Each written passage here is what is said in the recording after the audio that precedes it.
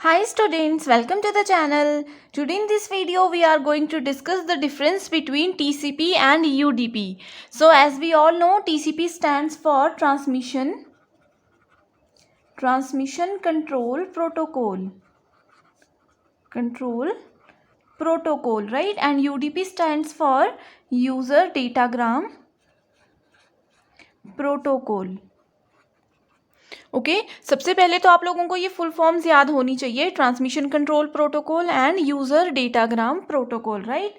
सो जो फर्स्ट की डिफरेंस है वो है डेफिनेशन के बेस पे।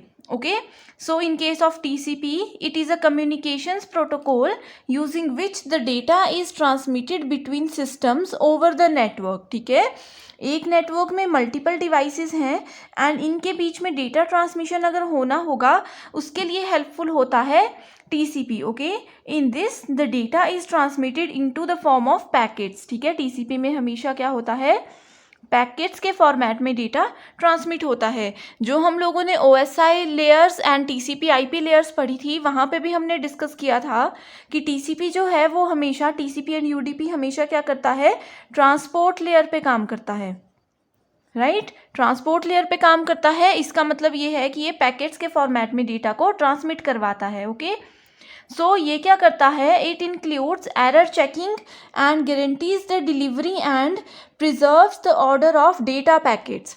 यानी कि पैकेट डिलीवरी के टाइम पर जितने भी यहाँ पे एरर्स होंगे, TCP is responsible for the checking of all the errors, right. साथ में ही ये गारंटी देता है कि जो डिलीवरी है सोर्स से डेस्टिनेशन तक वो ज़रूर होगी ही होगी, राइट। एंड जिस ऑर्डर में, जिस फॉर्मेट में पैकेट्स अरेंज किए गए थे उसी फॉर्मेट में वो डेस्टिनेशन तक उन पैकेट्स को पहुंचाने की गारंटी देता है TCP, right. But in case of UDP ये क्या होता है, इसकी जो बेसिक वर्किंग होती है वो कुछ कुछ TCP जैसी होती है। सिर्फ ये डिफरेंस है कि it does not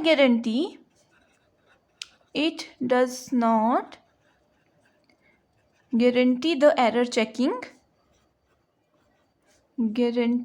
error checking and data recovery. Okay, if you use UDP the data will be sent continuously irrespective of the issues in the receiving end. Okay, so ये basic सी चीज़ थी, ये हम लोगों ने introduction video में भी discuss किया था कि जो UDP होता है वो basically live gaming and video conferencing में यूज़ होता है। सो यहाँ पे डेटा पैकेट्स जिस फ्लो में, जिस सीक्वेंस में सोर्स से रिलीज किए जाते हैं उसी सीक्वेंस में डेस्टिनेशन तक पहुंचे या नहीं पहुंचे इसकी कोई गारंटी नहीं होती है। But TCP error checking and sequencing पे मेन फोकस करता है। Okay, second major key point we have is their design. Second point is their design. Okay, TCP is connection oriented protocol. TCP इज connection oriented protocol. Okay, and UDP is connectionless protocol.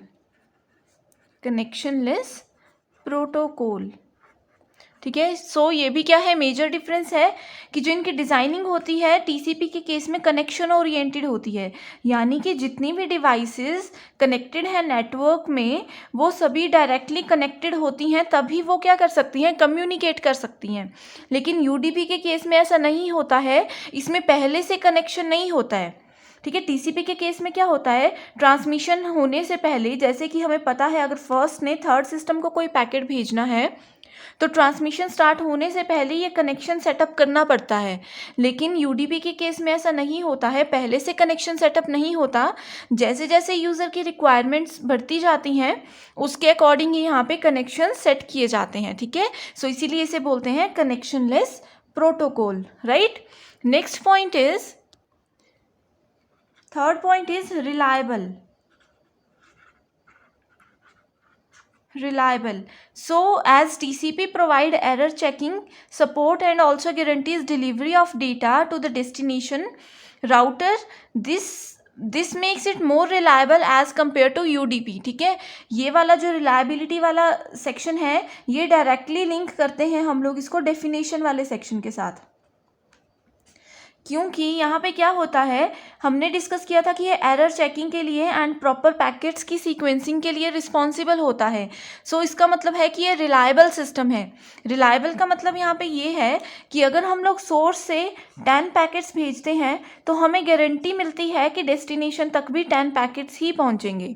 Okay लेकिन UDP के case में ऐसा नहीं होता है। सो UDP की जो रिलायबिलिटी है वो लो रिलायबिलिटी होती है एंड टीसीपी के केस में reliability is high. Okay so जहाँ पे भी हम लोगों को डेटा पैकेट्स एंड उसकी सीक्वेंसिंग बहुत ज़्यादा इंपॉर्टेंट होती है, जहाँ पे हम उसकी क्वालिटी एंड उसके एरर के साथ बिल्कुल भी कॉम्प्रोमाइज़ नहीं करना चाहते, वहाँ पे हमेशा ट्रांसमिशन कंट्रोल प्रोटोकॉल हम लोग यूज़ करते हैं। ठीक है, वही था हम लोगों ने डिस्कस किया हुआ कि यूडीपी में जो है वो एरर चेकिंग भी नहीं होती है एंड ये डेटा रिकवरी की गारंटी भी नहीं देता है, इसीलिए इसकी क्या है, रिलायबिलिटी बहुत ही कम होती है।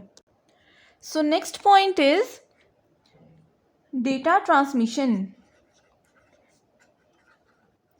Data transmission. Okay, so in case of TCP the data is transmitted in a particular sequence which means that packets arrive in order at the receiver. ठीक है, वही चीज़ है कि जिस सीक्वेंस में हम लोगों को पैकेट सोर्स से हम लोग रिलीज़ करते हैं, एग्जैक्टली उसी सीक्वेंस में डेस्टिनेशन पे भी वो रिसीव हो जाते हैं। ठीक है, on the other hand there is no sequencing of data, there is no sequencing of data in UDP.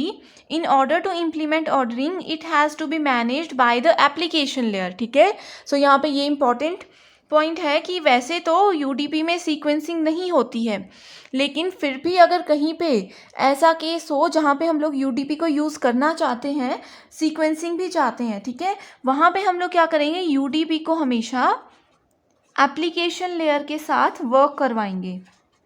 ठीक है, तो क्या होगा, वो सीक्वेंसिंग में काम करना स्टार्ट कर देगा। Right, next point is their performance.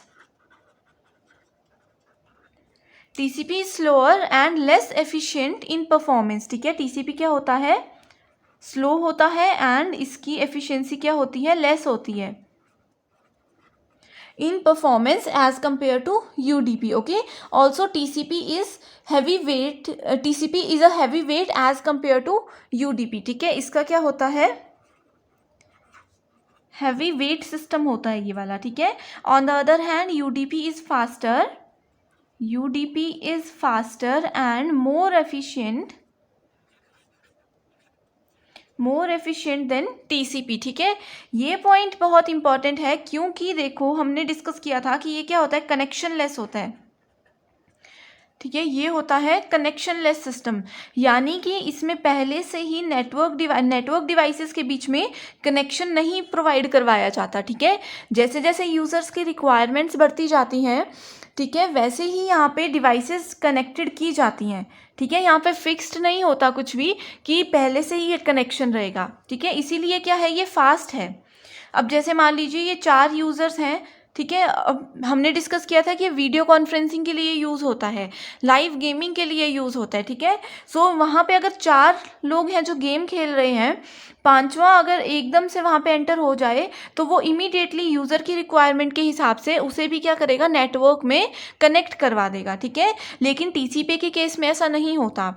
TCP में अगर पहले से 5 डिवाइसेस कनेक्टेड हैं तो वो एंड तक, जब तक उनकी ट्रांसमिशन जो है वो कंप्लीट ना हो जाए, तब तक सिर्फ ये 5 डिवाइसेस ही कनेक्टेड रहेंगी। ठीक है, ना हम इसमें से किसी एक डिवाइस को रिमूव कर सकते हैं, ना किसी एक्स्ट्रा डिवाइस को ऐड कर सकते हैं। ठीक है, सो ये एक डिसएडवांटेज भी है TCP की, मेजर डिसएडवांटेज है। Okay, next point is retransmission. Okay, retransmission of data packets is possible in TCP. Okay, it is possible in case of TCP in case packet get lost or need to resend. ठीक है, and on the other hand retransmission of packets is not possible in UDP. ठीक है, इसका मतलब ये है, जैसे कि हमने डिस्कस किया था पहले भी, कि सोर्स से डेस्टिनेशन पे जब डेटा पैकेट्स जाते हैं, ठीक है, तो सेंटर में क्या होता है, उन डेटा पैकेट्स के मतलब कि जो उनका एड्रेस होता है टीसीपी में वो स्टोर होता है, ठीक है। हमने ये डिस्कस किया था ना कि टीसीपी के जो हेडर होते हैं वो सोर्स का एड्रेस, डेस्टिनेशन का एड्रेस एंड उसका सीक्वेंस नंबर क्या करते हैं, स्टोर करते हैं, ठीक है। सीक्वेंस नंबर स्टोर करते हैं, इसी वजह से क्या होता है, डेटा ट्रांसमिशन जो होती है वो एज इट इज़ होती है। जिस सीक्वेंस में सोर्स से रिलीज होते हैं पैकेट्स, उसी सीक्वेंस में डेस्टिनेशन तक पहुंच जाते हैं, ठीक है।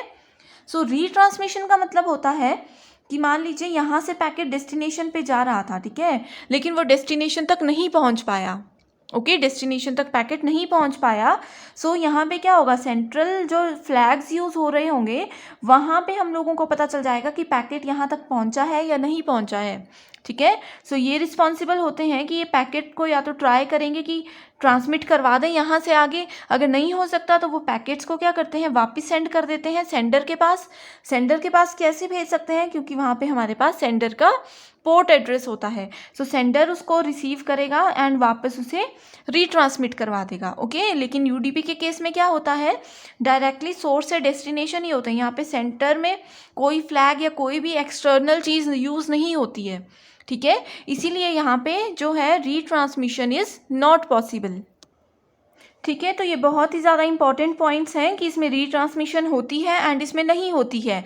एंड ये जो कुछ भी चीज़ें होती हैं ये सब क्लियर होंगी आप लोगों को अगर आप लोगों ने TCP header and UDP header की जो इंट्रोडक्शन वीडियो थी वो अच्छे से देखी होगी, ठीक है, क्योंकि वहाँ पे हमने डिटेल में डिस्कस किया है कि किस तरह से source addresses, destination addresses and sequence numbers काम करते हैं इनके हेडर्स पे, okay. So I hope you understand all these points. Thank you.